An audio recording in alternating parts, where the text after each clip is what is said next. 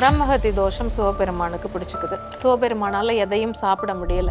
இதனால் பித்தனாகி அப்படியே அலைஞ்சு திரிய ஆரம்பிச்சிட்டார். இதையெல்லாம் பார்த்த பார்வதி தேவி வெகுண்டெழுந்து சிவபெருமானை எப்படி நம்ம காப்பாற்ற போகிறோம் அப்படின்னு கதறி அழுறாங்க. கடைசியாக மகாவிஷ்ணு கிட்ட போய் கேட்குறாங்க, யார் ஒருத்தருக்கு தனக்கு இந்த எதிரிகள் தொல்லை கொடுக்குறாங்க, இல்லை தன்னோட கணவருக்காக நான் வேண்டுதல் பண்ணிக்கணும் அப்படின்னு நினைக்கிறேன், நீங்கள் நான் போய் வணங்கி வேண்டுதல் வைக்கிறேன், தாராளமாக வேண்டுதல் வைக்கலாம். ஏன்னா அந்த அம்மா தன்னோட பக்தர்களுக்கு எப்பவும் காத்து நிற்கிறதுக்காக எந்த எல்லைக்கும் போகிறவங்க அப்படிங்கிறத இந்த ஒரு நிகழ்வு மூலமாக நம்மளுக்கு எடுத்து காட்டியிருக்காங்க.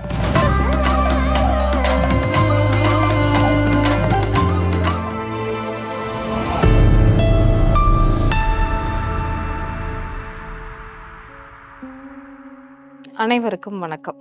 நம்ம பொதுவாக ஒரு வழக்கு மொழி நம்மளுக்கு தெரியும். அது என்ன அப்படின்னா, ஆடி அடங்கும் வாழ்க்கையடா ஆறடி நிலமே சொந்தமடா அப்படின்னு. நம்மளுக்கு கடைசியாக இறுதியாக இருக்கிறது அந்த 6 அடி நிலம் தான். ஆனால் அப்படிப்பட்ட மயானத்தையே ஒருத்தவங்க தன்னோட இடமா வச்சுருக்காங்க. அந்த மயானத்திலே குடிக்கொண்ட ஒரு தெய்வம் இருக்காங்க. அவங்களுக்கு ஏன் இப்படி ஒரு பேர், ஏன் இந்த மாதிரியான ஒரு அவதாரம் எடுத்தாங்க, அவங்க யார்? அவங்க தான் நம்ம எல்லாம் மனதார வழிபடுற அங்காள பரமேஸ்வரி இல்லை அங்காளம்மன். ஏன் இந்த மாதிரியான அவதாரங்களை இவங்க எடுத்தாங்க அப்படின்னா, ஒரு காலத்தில் சிவபெருமானுக்கு எப்படி 5 தலைகள் இருந்துச்சோ அதே மாதிரி படைப்பு கடவுளான பிரம்மாவுக்கும் 5 தலைகள் இருந்தது. சிவனை எப்படி எல்லாரும் வணங்குறாங்களோ அதே மாதிரி என்னையும் வணங்கணும் அப்படிங்கிற அகங்காரம், ஆணவம், அகந்தை எல்லாமே அவருக்குள்ளேயும் வந்துடுச்சு. இப்படி 5 தலை இருக்கிற பட்சத்தில் என்ன ஆயிடுச்சு குறிப்பிட்ட காலகட்டத்தில்னா, பார்வதி தேவியே இவர் தான் சிவபெருமான் அப்படின்னு தவறா வணங்குற ஒரு நிலைமை வந்துருச்சு. இதையெல்லாம் பார்த்த சிவபெருமானுக்கு ரொம்ப கோபம் அதிகமாயிடுச்சு. இவரோட அகந்தையை அடக்கணும் அப்படிங்கிறதுக்காக சிவபெருமான் என்ன பண்றாரு, தன்னுடைய கைகளாலேயே பிரம்மதேவரோட ஒரு தலையை கிள்ளி எறிகிறார்.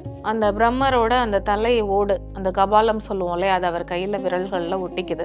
இப்போ இவர் பிரம்மனோட ஒரு தலையை எடுத்ததுனால பிரம்மஹத்தி தோஷம் சிவபெருமானுக்கு பிடிச்சிக்குது. இப்படி இருக்கும்போது என்ன பண்ணுறாருன்னா, சிவபெருமான் பசியில் உணவு சாப்பிட போகிறார். அப்படி சாப்பிட போகும்போது ஏற்கனவே அந்த பிரம்மனோட தலையை கிள்ளின அந்த தலை ஓடு அந்த விரல்கள்லேயே ஒட்டிச்சு அப்படின்னு சொன்னோம். இப்போது சிவபெருமான் எந்த உணவை சாப்பிட போனாலும் முதல்ல அந்த கபாலம், அதாவது அந்த தலை ஓடு சாப்பிட ஆரம்பிச்சிருச்சு. சிவபெருமானால் எதையும் சாப்பிட முடியலை. இதனால் பித்தனாகி அப்படியே அலைஞ்சு திரிய ஆரம்பிச்சிட்டார்.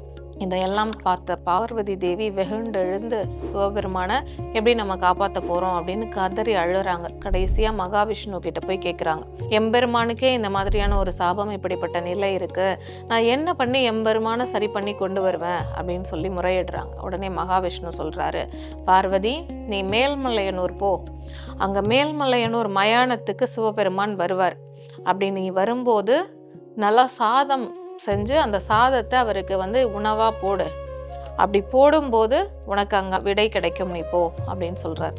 இதே மாதிரியே பார்வதி தேவியும் மேல்மலையனூர் மயானத்துக்கு நல்லா சூடான சாதம் செஞ்சு அதை கீழே அப்படியே போடுறாங்க. அப்படி போடும்போது இவர் கையில் ஒட்டியிருக்க அந்த கபாலம் இருக்கு இல்லையா, அந்த தலைவோடு அவசர அவசரமாக இறங்கி அந்த சாப்பாடை சாப்பிட போகுது. அப்படி சாப்பிட்ட உடனே அதுக்கு சுவை ரொம்ப பிடிச்சிருச்சு. உடனே கடகடன்னு எல்லா சாப்பாடையும் சாப்பிடுது. இதையெல்லாம் பார்த்த பார்வதி தேவி திரும்பவும் தன்னுடைய கணவர் விரல்களில் போய் இந்த தலை ஓடு ஒட்டிக்கக்கூடாது அப்படின்னு ஒரு அகங்கார ரூபம் எடுத்து தன்னோட கால்களால் தலை ஓட அழிக்கிறாங்க. இதற்கப்புறம் தான் இறைவனுக்கும் ஒரு வயிறார சாப்பாடு கிடச்சி ஒரு நிம்மதியான நிலை ஏற்படுது. பார்வதி தேவி அந்த தலை ஓட அழிச்ச தினத்தை தான் நம்ம இன்றைக்கு வரைக்கும் என்ன பண்ணுறாங்கன்னா, மயான கொள்ளை அப்படிங்கிற பெயரில் எங்கெல்லாம் இந்த அங்காள பரமேஸ்வரி குடிக்கொண்டிருக்காங்களோ அங்கெல்லாம் நம்ம சிறப்பாக இந்த விழாவை கொண்டாடிட்டு இருக்கோம். இதையெல்லாம் இவ்வளவு அற்புதத்தையும் யாருக்காக நிகழ்த்துறாங்க இந்த அங்காள பரமேஸ்வரி அப்படின்னா, பொதுவாக நம்ம நினச்சிட்டு இருக்கோம் அங்காள பரமேஸ்வரின்னா நம்மளை பயப்பட வைக்கிற தெய்வமோ அப்படின்னு. அவங்க அப்படி கிடையாது. யார் ஒருத்தருக்கு தனக்கு இந்த எதிரிகள் தொல்லை கொடுக்குறாங்க, இல்லை தன்னோட கணவருக்காக நான் வேண்டுதல் பண்ணிக்கணும் அப்படின்னு நினைக்கிறேன், நீங்கள் மேல்மலையனூர் அங்காள பரமேஸ்வரிக்கும் போய் வேண்டுதல் வச்சுக்கலாமா, அவங்கள வணங்கலாம். இல்லை உங்கள் வீட்டுக்கு பக்கத்தில் இல்லை உங்கள் ஊருக்கு பக்கத்தில் அங்காள பரமேஸ்வரி கோவில் இருக்குது, நான் போய் வணங்கி வேண்டுதல் வைக்கிறேன், தாராளமாக வேண்டுதல் வைக்கலாம். ஏன்னா அந்த அம்மா தன்னோட பக்தர்களுக்கு எப்பவும் காத்து நிற்கிறதுக்காக எந்த எல்லைக்கும் போகிறவங்க அப்படிங்கிறத இந்த ஒரு நிகழ்வு மூலமாக நம்மளுக்கு எடுத்து காட்டியிருக்காங்க.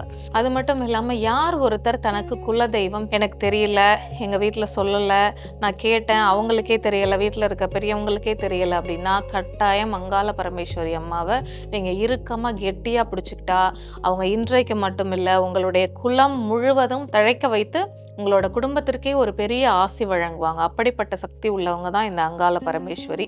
இந்த அங்காள பரமேஸ்வரியோட அருள் எல்லாருக்கும், இந்த பிரபஞ்சத்தில் இருக்கிற அனைத்து ஜீவராசிகளுக்குமே கிடைக்கணும். தன்னோட கணவர் நல்லா இருக்கணும், திருமணம் நல்லா நடக்கணும், என்னோட குலதெய்வமாக அவங்க இருக்கணும், எனக்கு இந்த எதிரிகள் தொல்லையெல்லாம் தீரணும், எனக்கு இருக்கிற பிரச்சனையெல்லாம் தீரணும். நீங்கள் இப்படி எப்படி வேண்டிக்கிட்டாலும் பக்தர்களாகிய நம்மளுக்கு செய்ய போகிறது முழுவதும் நன்மை மட்டுமே. அப்படிப்பட்ட அந்த அம்மனின் அருள் உலகம் முழுவதும் என்னென்னைக்கும் எல்லார் மத்தியிலையும் பரவி இருக்கணும் அப்படின்னு இந்த நேரத்தில் நானும் அந்த அங்காள பரமேஸ்வரி அம்மனை வணங்கிக்கிறேன். நன்றி, வணக்கம். ஜோதிடத்தின் பரிணாம வளர்ச்சி. ALP ஜோதிடம். உங்க வாழ்க்கை உங்க கையில்.